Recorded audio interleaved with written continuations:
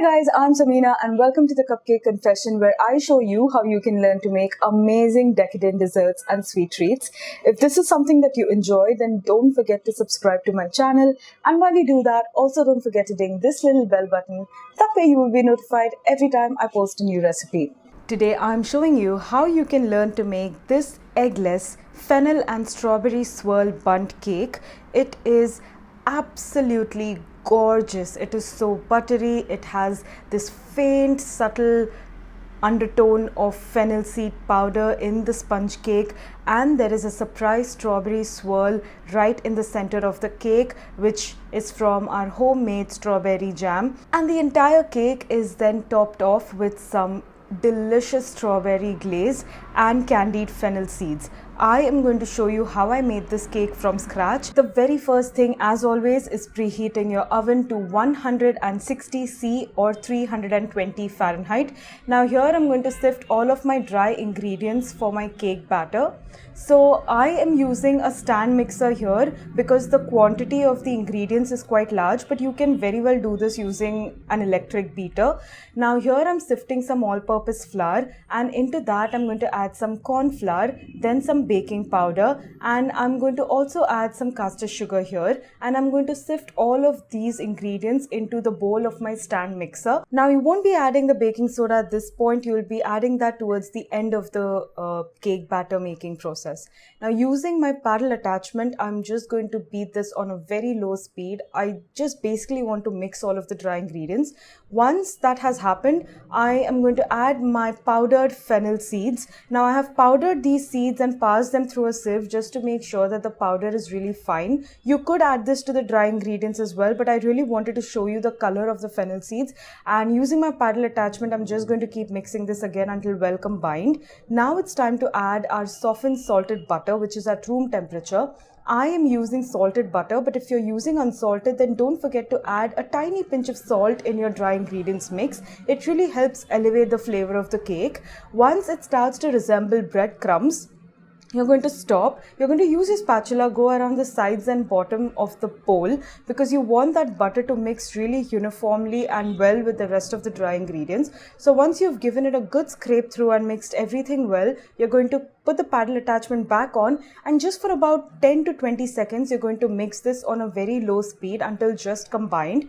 Now once you have done that, it's time to add our liquid ingredient. Now here we are using full fat milk. This again is at room temperature. It is very important for all your ingredients to be at room temperature. Now first I'll add a little bit of the milk initially, and then I'll just pour it in a thin steady stream along the side of that bowl. If you're using electric beaters, you're going to add all of the milk in one go. You're going to use your electric beaters, mix it manually first before starting the machine so as to ensure that the milk doesn't splatter everywhere. Now once you've added all of the milk, you're just going to keep beating this on a low speed for about 1 minute. Then you're going to lift it again, and again using your spatula, you have to go around the sides and the bottom of the bowl because there is a possibility that some part of that cake batter will not mix well. So you have to ensure everything mixes well. So you're going to increase the speed to medium now and keep beating this mix for about 1 minute. And after a minute now, it's time to add our fizzy portion. That's the baking soda and vinegar. So here I have some vinegar. To that I am going to add my baking soda. And as soon as you do that, it will start to get really fizzy. This is exactly what you want. And immediately you're going to pour this fizzy mix into your cake batter because that will make your cake batter really nice and light and fluffy without the addition of any eggs.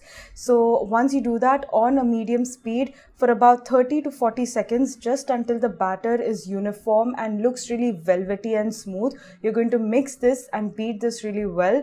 And you don't want to overwork the batter here, just about 30 to 40 seconds. Look how beautifully that batter falls in ribbons. Now I have a bundt pan here in which I'm going to pour my cake batter. So I'm going to pour about 75% of this batter. You don't have to be exact, but just a rough estimation. When you look at the batter, you realize that you're adding more than half of it first. Then you're going to add some jam homemade strawberry jam. Now in my previous videos the links will pop up on the screen, and this also in the description box, where I've showed you how you can make your own strawberry jam at home. So I'm going to add that you could also use store-bought jam. There's no hard and fast rule as such. I'm going to use a skewer and just mix everything. Now the reason why you add most of your batter initially is to ensure that the jam doesn't sink to the bottom while it's baking. So then you're going to cover it up with the rest of the batter, and you're going to use your spatula and smooth it out just to make sure that none of the jam streaks are visible. All of the details on how you can substitute the Bundt pan for a cake tin are down in the description box below, so don't forget to give it a read through after you have watched this video. Now this cake will go into the oven at 160°C or 320°F for about 30 to 35 minutes. A skewer inserted in the center must emerge clean. Then you're going to let the cake cool down to room temperature, and then you're going to invert it onto a cooling rack to finish cooling completely.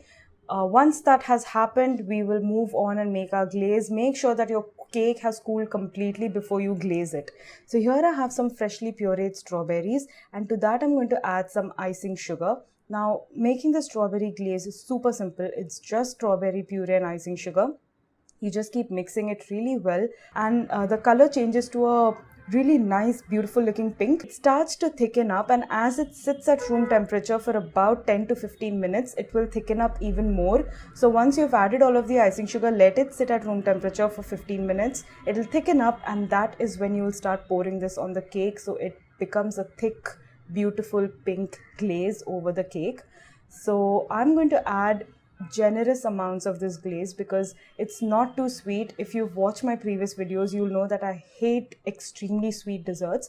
So this is not at all cloyingly sweet. It balances very well with the cake. So I'm going to pour all of that glaze onto the cake.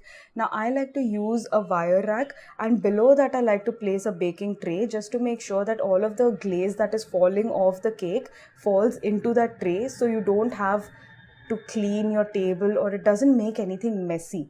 That's very important to create this setup when you're adding the glaze to your cake. So once you've done that, you're just going to decorate your cake with some chopped or halved strawberries just to make it look pretty. Just pile them onto the cake. It really adds a beautiful touch. And as a final finishing touch, we're going to sprinkle this with some candied fennel seeds or saunf seeds, which basically is what we eat after a heavy meal or after a meal in restaurants. It goes so well on this cake, guys. I want you to look at this cake and just admire its beauty. It is so stunning, and it's even better on the inside. I mean, look at that strawberry swirl. And now it's time for me to show you how soft this cake is, and look how absolutely perfect that swirl is. I'm going to just bite into this cake because there is no way I can have any patience when I look at that. It is absolutely gorgeous. Subtle hint of that fennel seed flavor with the strawberries. It's just perfect. You have to give this a go. It's super simple and you will love it. If you have any comments or suggestions, pop them down in the comments below. I post a new recipe every Tuesday and Thursday, so if this is something that you enjoy and if you want to be notified every time I post a new recipe, then don't forget to subscribe to my channel, and while you do that, also don't forget to ding this little bell button. I'll see you again next time. Bye.